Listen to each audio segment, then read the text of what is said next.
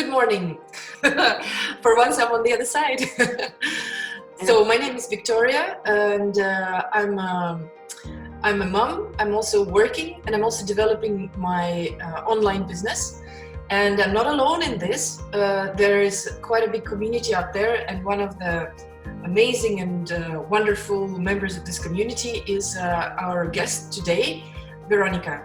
So I'm mother, I have 3 children.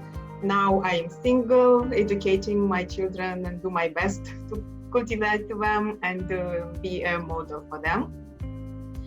And for the last 6 months, I work on my on building my online business. I work hard to create content on YouTube and on my website. Would you share with us something interesting, like an interesting fact about you that you would like to share with others? It can be anything. It can be an experience that you've learned, or something that happened to you, or anything like a funny fact or whatever. I describe myself as a seeker. And since I was a child, I was asking myself who I am on this. I think ultimately it is that I'm looking for the state of love, peace and joy in my mind and in my heart through everything I'm doing.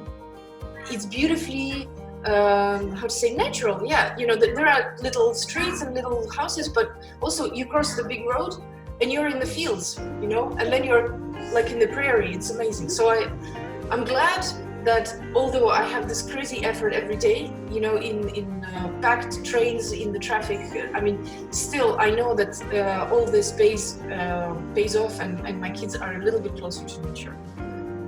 Understand well everything what I'm consuming, you know, it's not just I have to believe blindly. It doesn't work. Yeah, it has to work in the head. Yeah. Yes, to put the puzzle, make it full.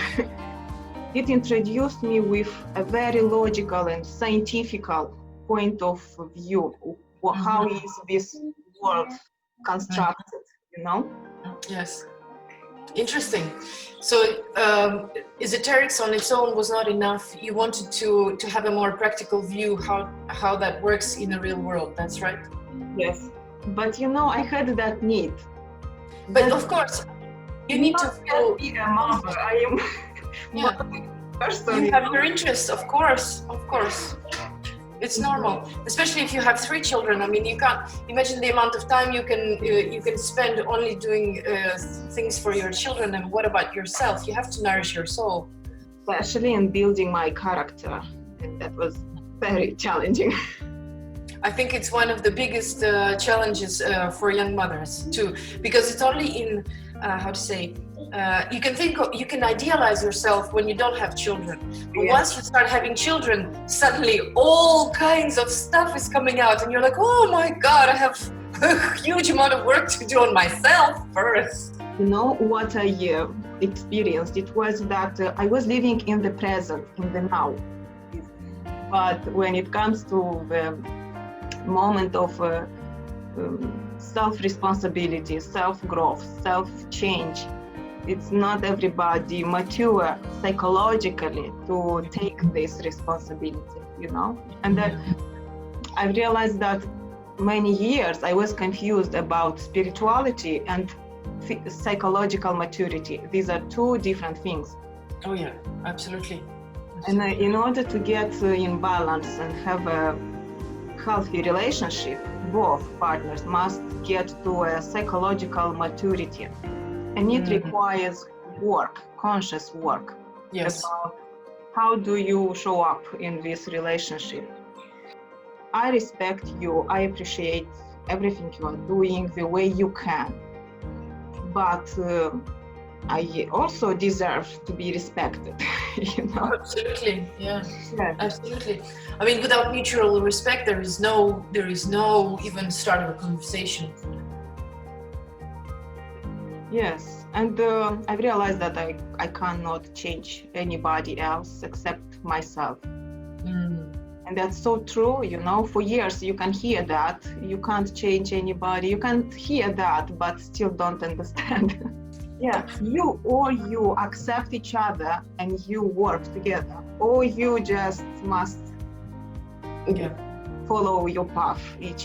Yeah. In my life, I learned it the hard way, but But this is a life journey, and it's amazing. There are no regrets. No, I'm so blessed to go back. No, of course, because every difficult moment is an opportunity to grow. It's clear. We shouldn't regret the experiences. So bad, it was not so bad. It was maybe about me for years accepting something that I should not accept. And fire, I am fire and he was water.